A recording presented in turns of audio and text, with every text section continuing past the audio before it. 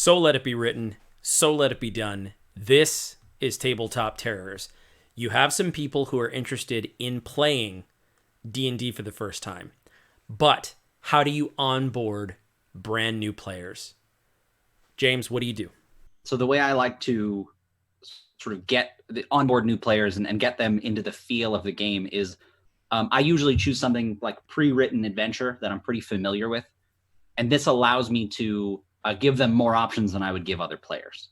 Almost like it's like a railroad, but they get to change the tracks. I don't know a better way to put it. But for example, if I know they need to get to this place, they need to get to the cave where the monsters are, but there's people in town they need to talk to. I'll say, the mayor says, the mayor suggests you talk to this person, and this person. Would you like to speak to one of them, or is there something else you can think of? And I'm like, at this point, they can go straight to the cave. They can talk to one of the people. They can sneak around in a house somewhere. They can do whatever they want. But then once they do that, I kind of just keep feeding them more options so that at no point, hopefully, do they feel like they have no clue what to do. And I like to think that gets them a little more used to the idea that I can do anything, but I have to follow the story if I want the story to continue. I can't go off and pet dogs and expect the plot to be, furthered anymore. So I get really meta with it. And if I have brand new players who have never played the game, there are a lot of things that are sort of learned, like inside baseball from RPGs over time that no one explicitly tells you in many cases, but you kind of just like, oh, that's what? You do this? You what now? I would break the fourth wall entirely, and I would probably have the first session be an adventure, but it would be almost like in the same way that you mentioned a video game. I would design specific tasks that introduce new players to some of these major basic tenets. So I'll be like, all right, cool.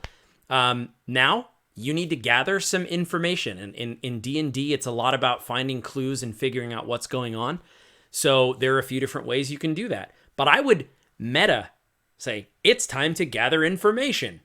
I would kind of, write maybe a few different scenes for the 3 pillars of play. You have role play, sort of the environment, and then combat. And I would just explain to them, okay, hey, listen, here comes some goblins. In a lot of cases, monsters explicitly are going to want to fight and hurt you. That's the same in this case. So you might meet some monsters that are friendly or that you might be able to talk to. That's not the point of this, though. And I would just flat out explain those major tenets, those things that we've, in many cases, absorbed over years of playing. I would try to fast track them, giving them knowledge and just meta explaining, hey, all right, by the end of the adventure, I would probably reward them with some sort of treasure. And I'd say, hey, one of the fun things about playing this game is getting rewards at the end. And so here you go. Here are your rewards. And that's the session. So I think one of the most difficult things that a new player can have trouble with when it comes to learning a tabletop RPG is dissociating their typical experiences in other forms of gaming media, things like video games and board games, where your options are extremely specific and predetermined, and trying to transition them away from that mindset and into a mindset where they can have the freedom to do whatever they want. And a lot of people aren't used to thinking in those ways, where it's like in a video game, you can only do what the game is coded to let you do. And a board game has specific options that you have to be able to pick from. And learning their new character sheets in the same way that, they've approached previous media can help to kind of get them in a trap. So I think helping to bring them away from that mindset and into the mindset of like, hey, you can do whatever you want at all. And to kind of take the mechanics out of that very first decision-making process where they decide what they want to do and what they want to say, and then going into just letting them have fun ideas and then describing what they want and then putting the mechanics to it later. Have them describe what they want to do first with the full freedom of anything that they can come up with. And only after they've decided on a course of action, then you can start to introduce mechanics to that. So you can do whatever in this combat. What do you want to try to do? Well, I think it'd be cool if I could try to drop this rock off the cliff onto the goblin below. Okay, now that that's what you've decided on, now let's figure out how to make that happen within the rules. So that sounds like to me like it's probably going to be a strength check. So if you have proficiency in athletics, you can add that as well. And I think it's easy for people to kind of get caught into their character sheets of like, oh, well, these are the skills that I have. My class gives me these abilities, in the way that like a video game or a board game would lock you into those options. And the more that you can kind of pull away from that and just say, you can do or say anything. What do you want to do? What ideas do you have? What do you think would be cool or fun? Once they've decided, then you can put rules to their decision rather than having decide mechanics first and then try to have them describe within that. So I think that can kind of lock them into very specific ways of playing that might hurt them as they get more experienced. And one small bonus tip that I think really helps with this too is if you can onboard new players with one or two like solid ringer players as well, to kind of give them ideas of what it could look like to have it done really well. So if they don't exactly know how to describe their actions or their combat or do dialogue, having another player who can guide them and say like, hey, here's a great example of this is how this might look. And that can kind of get their wheels turning of like, oh, okay, so I can really do anything or say anything, and kind of illustrating that freedom, I think is one of the most important things. So one final thing, and it's, I think, maybe one of, if not the most important things.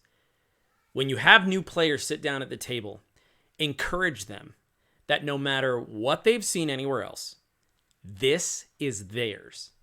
And that there's no right or wrong way to play, especially with how easy it is to find online games and so many people doing it different ways.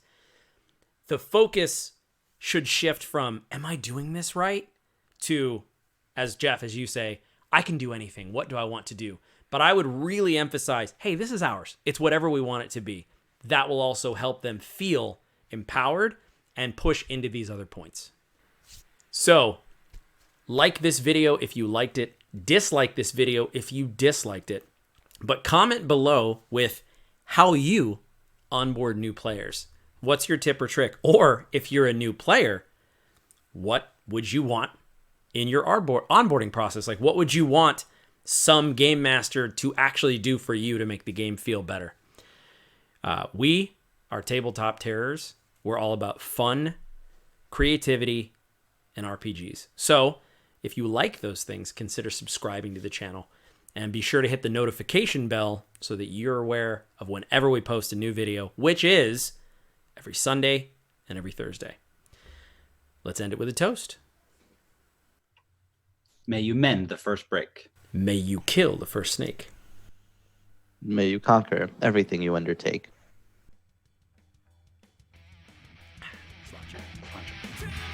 So I think that for me, when I was just learning to play the game, I had no one to tell me I was doing it wrong, and none of my friends knew how to play either.